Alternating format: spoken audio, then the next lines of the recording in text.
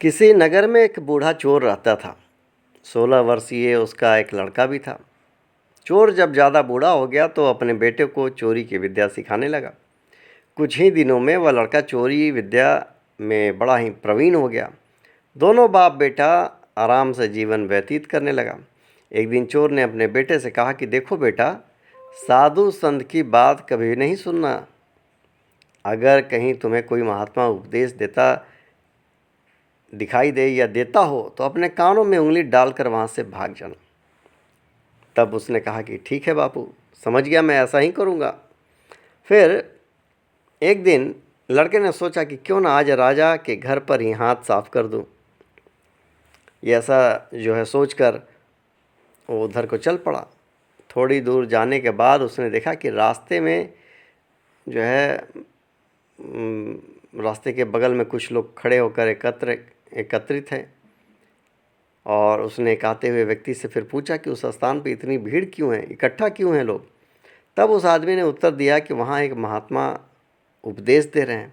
यह सुनकर उनका उस लड़के का माथा ठनका और फिर सोचा कि इसका उपदेश नहीं सुनूंगा। ऐसा सोचकर अपने कानों में उंगली डालकर वह वहाँ से भाग निकला।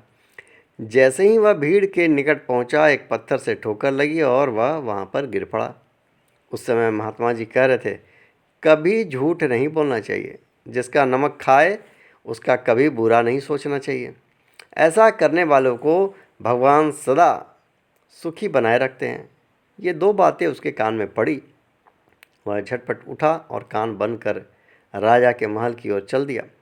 वहाँ पहुंचकर जैसे ही अंदर जाना चाहा, उसे वहाँ बैठे पहरेदार ने टोका, अरे कहाँ जाते हो, तुम कौन हो।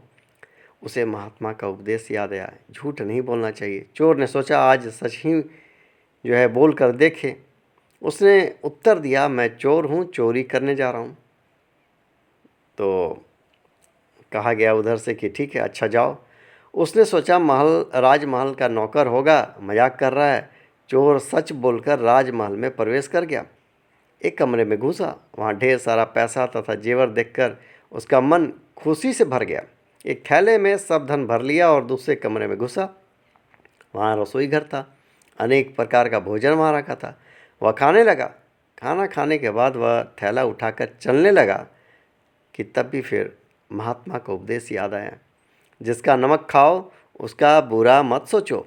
उसने अपने मन में कहा कि खाना खाया, उसमें नमक भी था, इसका बुरा नहीं सोचना चाहिए। इतना सोचकर थैला वहीं रखकर वह वापस चल पड़ा।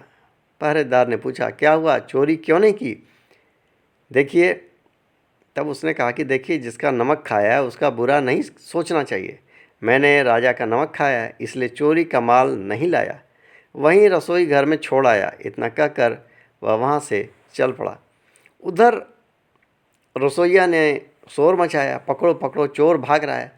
पहरेदार ने चोर को पकड़कर दरबार में उपस्थित किया। राजा के पूछने पर उसने बताया कि एक महात्मा के द्वारा दिए गए उपदेश के मुताबिक मैंने पहरेदार के पूछने पर अपने को चोर बताया, क्योंकि मैं चोरी करने आया था। आपका धन भी चुराया, लेकिन आपका खाना भी खाया जिसमें आपका नमक मिला था।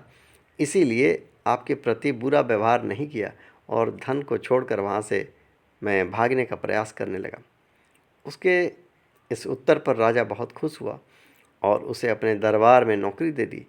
वह 2-4 दिन घर नहीं गया तो उसके बाप को चिंता हुई कि मेरा बेटा पकड़ा तो नहीं गया।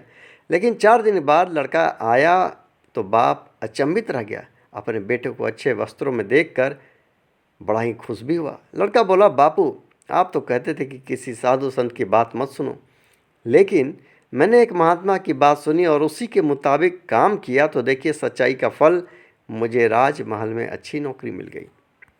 बड़े बुजुर्ग हमेशा कहा करते हैं कि हमेशा संतों की वाणी को सुनकर उस पर अमल करना चाहिए। संत ही भगवान के रूप में आते हैं और वह हमें उपदेश देते हैं।